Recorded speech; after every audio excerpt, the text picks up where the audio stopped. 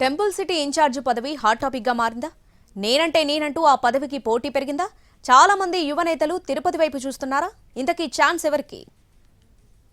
Political అరంగేట్రం చేయాలనుకున్న యువ నాయకులకు తిరుపతి నియోజకవర్గం ఇప్పుడు సెంటర్ ఆఫ్ అట్రాక్షన్ గా మారిపోయింది. వీవీఐపీలు నిరంతరం వచ్చే ప్రాంతం కావడంతో ఇక్కడ స్థానిక ప్రజాప్రతినిధితో పాటు పార్టీ ఇన్ఛార్జీలకు సైతం అదే ప్రాధాన్యత ఉంటుంది. 2024 ఎన్నికల్లో టీడీపీ తన మిత్రపక్షానికి ఈ స్థానం కేటాయించడంతో టీడీపీ ఇన్ఛార్జ్కు ప్రాధాన్యత పెరిగింది. వయోభారం వల్ల మాజీ ఎమ్మెల్యే సుగుణమ్మ చురుగ్గా పాల్గొనలేకపోతున్నారు. దీంతో రాష్ట్ర స్థాయి కార్పొరేషన్ పదవుల్లో సుగుణమ్మకు గ్రీనరీ అండ్ బ్యూటిఫికేషన్ చైర్మన్ ఇచ్చి పక్కన పెట్టారు. వచ్చే మేయర్ ఎన్నికలలో ఆమె మనవరాలకి ప్రాధాన్యత ఇస్తామని హామీ తీసుకున్నారని ప్రచారం జరుగుతోంది.